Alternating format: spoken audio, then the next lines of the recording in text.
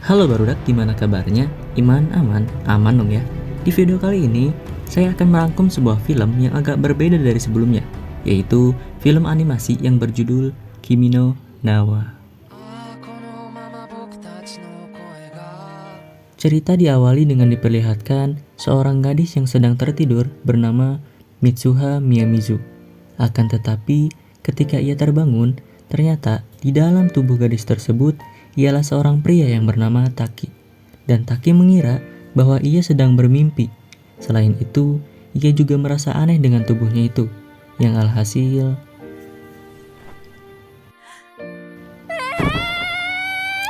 keesokan harinya, Mitsuha kembali bersikap normal seperti biasa. Adiknya yang bernama Yotsuha beserta neneknya Hitoha terheran-heran dengan sikap ia yang kemarin. Seakan-akan ia menjadi orang lain. Akan tetapi, Mitsuha tidak memahami apa yang dimaksud oleh nenek juga adiknya itu. Singkat cerita, Mitsuha dan adiknya pun berangkat menuju ke sekolah mereka masing-masing.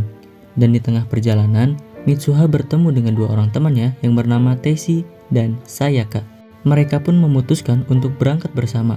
Dan ketika mereka sedang mengobrol, terlihat seorang pria yang sedang berkampanye, yang ternyata itu seorang wali kota sekaligus ayahnya Mitsuha yang bernama Toshiki Miyamizu. Ketika di dalam kelas, Mitsuha melihat sebuah tulisan di bukunya yang bertuliskan "Siapa namamu?" dan ia mengira itu ulahnya Teshi yang telah usil terhadapnya. Akan tetapi, setelah jam istirahat, Teshi dan Sayaka menjelaskan bahwa kemarin Mitsuha bersikap aneh, berpenampilan tidak seperti biasanya, dan mereka pun menanyakan apakah Mitsuha mengalami stres atau yang sejenisnya. Tetapi Mitsuha yang merasa ia baik-baik saja dan menyangkal kenyataan itu semua. Meskipun belakangan ini ia sering bermimpi hidup di kota Tokyo dan ia mengatakan ingin segera lulus agar ia bisa hidup di kota Tokyo karena ia sudah bosan hidup di desa yang dimana di sana sangat minim sekali fasilitas seperti toko buku, dokter gigi, pekerjaan kantoran, bahkan matahari pun hanya terlihat sebentar di sana. Teshi yang bosan mendengarkan hal itu, ia pun mengajak Mitsuha dan Sayaka untuk pergi ke kafe, yang ternyata kafe itu adalah sebuah mesin kaleng.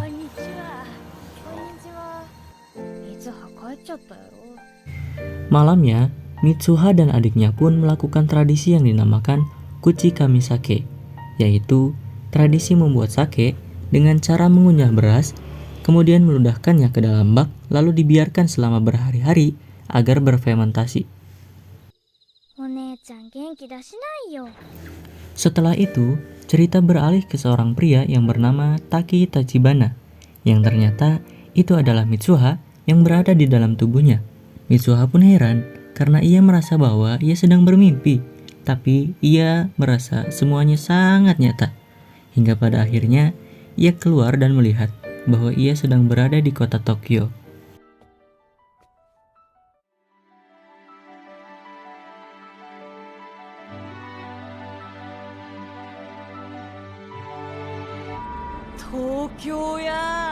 Singkat cerita, ia pun sampai di sekolah dan bertemu dengan seorang teman yang bernama Tsukasa dan Tagaki. Mereka pun mengajak Taki ke sebuah kafe yang dimana Mitsuha yang sedang berada di dalam tubuh Taki pun sangat setuju akan hal itu karena selama ini ia belum pernah mengunjungi kafe sekalipun. Singkatnya, ketika mereka sedang berada di kafe tersebut, muncullah notifikasi di HP-nya Taki yang mengatakan bahwa ia harus segera bekerja. Setelah sampai di tempat bekerja, Mitsuha kewalahan sampai ada seorang yang komplain tentang makanannya. Tapi untungnya, ada seorang perempuan sekaligus seniornya Taki datang menolong ia. Perempuan tersebut bernama Miki Okudera atau biasa dipanggil Okudera Senpai. Tapi biar gampang, kita panggil Miki aja ya.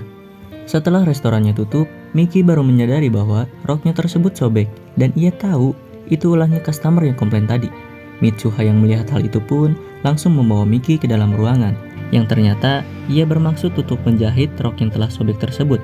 Mulai dari saat itu, Miki pun kagum terhadap Taki karena selain ia pria yang bertanggung jawab, ia juga memiliki sifat feminim, yang padahal itu adalah Mitsuha yang sedang berada di dalam tubuh Taki. 女子力高いんだね、滝くんって。 Setelah sampai di rumah, Mitsuha pun mencatat namanya di tangan Taki karena ia ingat pernah ada tulisan yang menanyakan namanya di buku sekolahannya. Keesokan harinya, Taki terbangun dengan kaget. Terlebih setelah ia sampai di sekolah dan juga tempat ia bekerja, semuanya merasakan ada yang aneh di dalam tubuh Taki. Meskipun Taki tidak menyadari bahwa ia sekarang jauh lebih dekat dengan Miki. 滝くん、 Sejak hari itu, mereka pun menyadari bahwa itu bukanlah mimpi, melainkan setiap 2 hari sekali mereka saling bertukar tubuh dan mereka pun membuat peraturan masing-masing seperti tidak boleh mandi, tidak boleh menyentuh, tidak boleh melihat hal yang memang tidak seharusnya. Selain itu, mereka pun setuju untuk saling memberikan laporan di ponselnya masing-masing. Tapi ternyata mereka masih saja melanggar peraturan-peraturan yang telah dibuat. Hingga pada akhirnya ada siaran TV yang memberitakan bahwa tidak lama dari itu akan datang sebuah komet yang bernama Komet Tiamat yang akan melewati kota Tokyo hingga desa Itomori, yang dimana desa tersebut ialah tempat Mitsuha tinggal.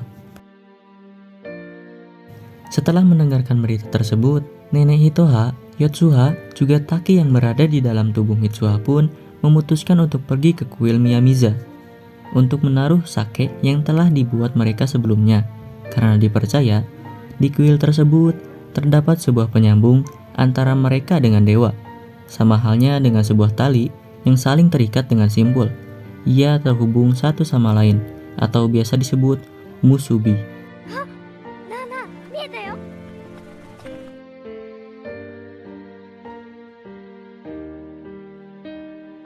Keesokan harinya, Taki terbangun di tubuhnya, dan Mitsuha ternyata merencanakan sesuatu, yaitu mengajak Miki berkencan. Tapi di sisi lain, Mitsuha merasa sedih tanpa alasan, yang padahal Mitsuha juga akan sangat bahagia bila mana melihat Taki memiliki pasangan hidupnya. 私、なんで。 Di sisi lain, ketika Taki berjalan-jalan, ia melihat sebuah foto sejarah yang tidak asing baginya. Dan setelah mereka selesai berkencan, Taki membaca catatan harian di ponselnya yang mengatakan, 空に彗星が見えるね。 Taki pun berusaha menelpon Mitsuha untuk menanyakan maksud dari catatan tersebut. Akan tetapi, nomor ponselnya sama sekali tidak bisa dihubungi. Kembali ke Mitsuha, ia berencana untuk pergi ke festival bersama Teshi dan Sayaka dengan penampilannya yang baru. やっぱ変かな。 Di tengah perjalanan, Teshi heran dengan Mitsuha dan mengatakan kepada Sayaka, apakah Mitsuha ditolak oleh seorang pria? Tapi Sayaka menyangkal pernyataan itu dengan mengatakan, mungkin itu kemauannya sendiri. Dan mereka tibalah di sebuah lapangan yang cukup luas, melihat pemandangan langit yang indah dengan sebuah komet di atasnya.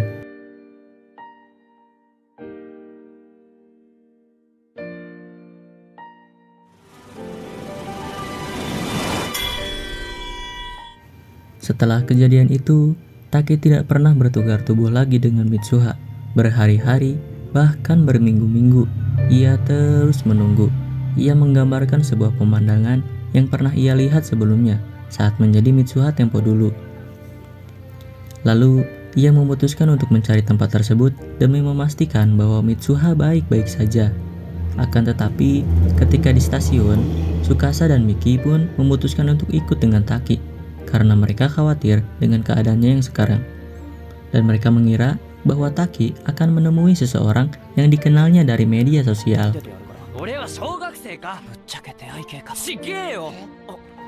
Di perjalanan, mereka mencari dan terus mencari dengan menanyakan kepada semua orang tentang pemandangan yang ia gambar. Akan tetapi, ketika mereka sedang makan di sebuah kedai dan akan memutuskan untuk pulang, pemilik kedai mengenali tempat tersebut dan diketahui bahwa pemandangan yang itu berada di sebuah desa bernama Itomori, yang dimana desa tersebut telah hancur akibat jatuhnya komet di 3 tahun yang lalu. Benar saja, ketika mereka pergi ke tempat yang dimaksud, Taki melihat bahwa desa tersebut sudah hancur. Sontak, Taki pun tidak mempercayai semua itu. Terlebih, semua catatan yang telah Mitsuha buat perlahan menghilang. Lalu, ia mencari informasi tentang bencana komet tersebut. Dan Taki pun menemukan korban yang bernama Mitsuha. Yang padahal belum juga 1 bulan ia pernah berada di dalam tubuhnya Mitsuha. 絶対何かの間違いだよ。 Taki pun ingat tentang kejadian komet di 3 tahun yang lalu, yang dimana sebelum kejadian tersebut ada orang yang memberikan sebuah tali yang ia jadikan sebuah gelang yang dipakainya sekarang. 入ってきたら。 Setelah itu, ia langsung teringat dengan perkataan nenek Hitoha yang mengatakan tentang Musubi ketika ia sedang berada di kuil Miyamizu.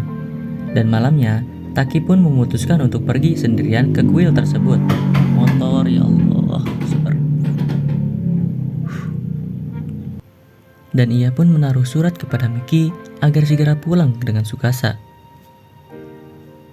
Sesampainya di kuil, Taki sadar bahwa tempat itu memang benar adanya, dan selama ini Taki tidak sedang bermimpi.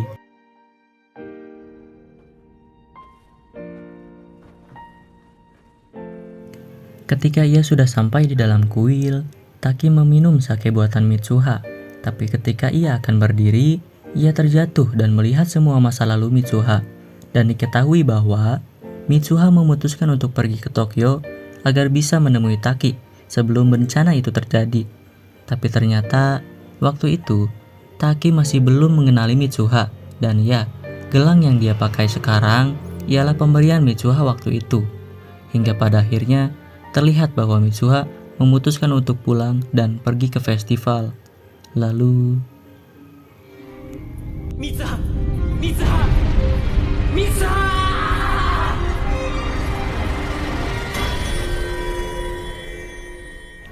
Taki pun terbangun di tubuh Mitsuha beberapa hari sebelum bencana komet itu terjadi.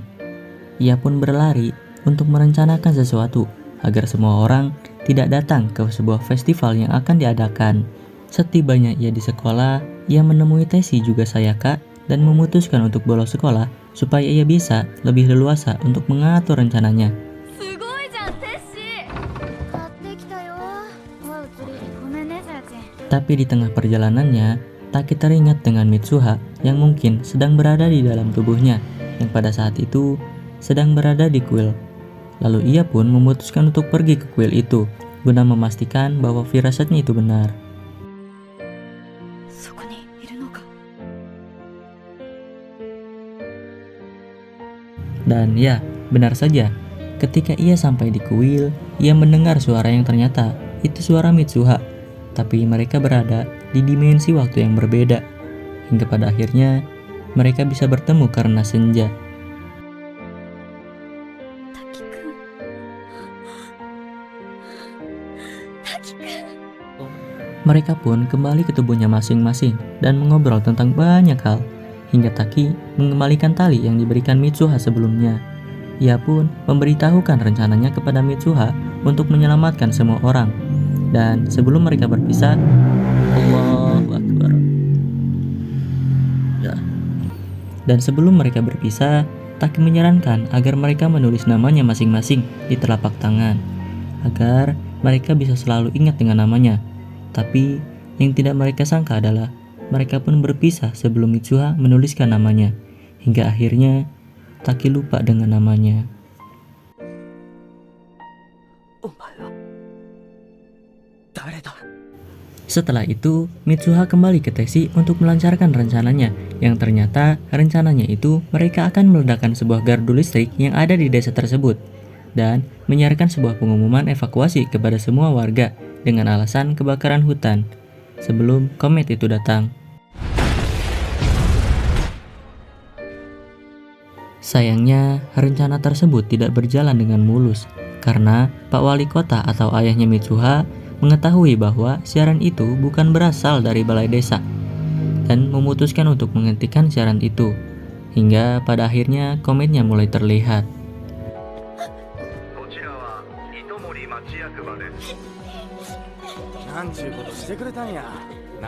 Di sisi lain, Mitsuha berlari untuk membujuk ayahnya.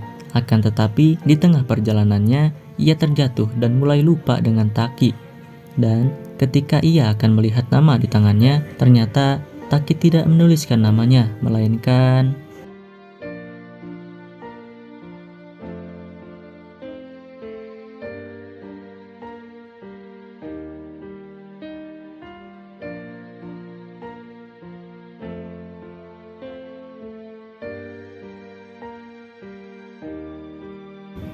8 tahun setelah bencana komet tersebut, Taki selalu mencari suatu hal yang ia sendiri tidak mengetahui hal itu.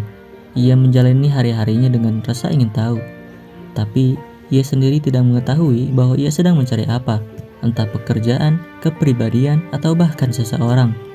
Hingga pada akhirnya, ia melihat seorang perempuan dengan mengenakan ikat rambut berwarna merah di sebuah kereta. Lalu, ia pun langsung mencarinya, karena ia merasa bahwa ia sedang mencari seseorang. Kemudian mereka pun bertemu di sebuah tangga, dan Taki menanyakan kepada perempuan tersebut, apakah mereka pernah bertemu sebelumnya? Dan perempuan itu pun menjawab, 私も